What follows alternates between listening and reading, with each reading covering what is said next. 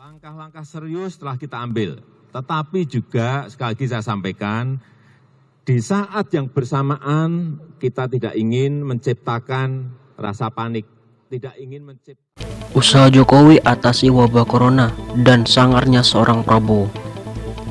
Hampir setiap waktu pada periode pertama pemerintahannya, Jokowi diserang habis-habisan oleh para haters. Terlebih-lebih di masa awal ia menjabat, ia bahkan seperti tidak mampu berkutik oleh serangan yang begitu bertubi-tubi dari berbagai lini. Kerja pemerintah menjadi sedikit melambat, berbagai program dan kebijakan teramat sulit diputuskan. Adalah pasukan barisan sakit hati yang saban dari berusaha mengguncang Jokowi. Mereka yang sebelumnya berharap banyak akan menjadi pemimpin negeri ini, mereka yang begitu hakul yakin akan mengalahkan si tukang kayu dari Solo itu, harus menelan pil pahit.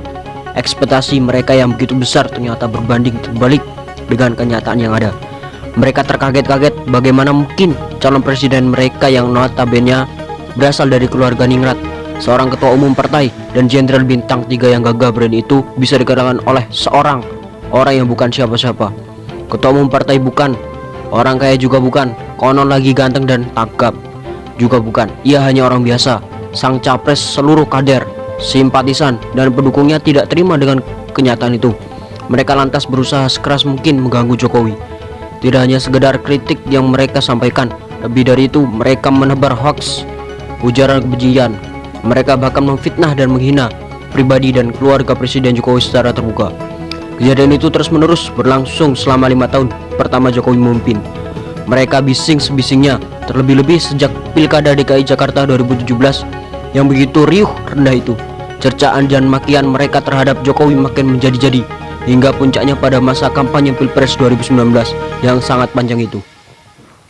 Saya benar-benar mau muntah jika mengingat masa-masa yang cukup menjijikan itu. Segala cara mereka halalkan demi memenangi Pilpres. Isu SARA dimainkan, Tuhan dan firman-Nya dipolitisasi. Agama tidak lagi menjadi wadah untuk mendekatkan diri kepada Sang Pencipta, tapi berubah menjadi panggung untuk merendahkan lawan politik mereka.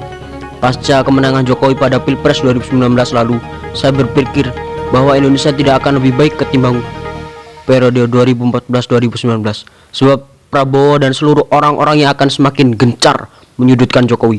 Bukan tanpa alasan, ini adalah kekalahan keduanya. Amarah Prabowo pastilah semakin membara, serangannya pastilah makin gencar pula.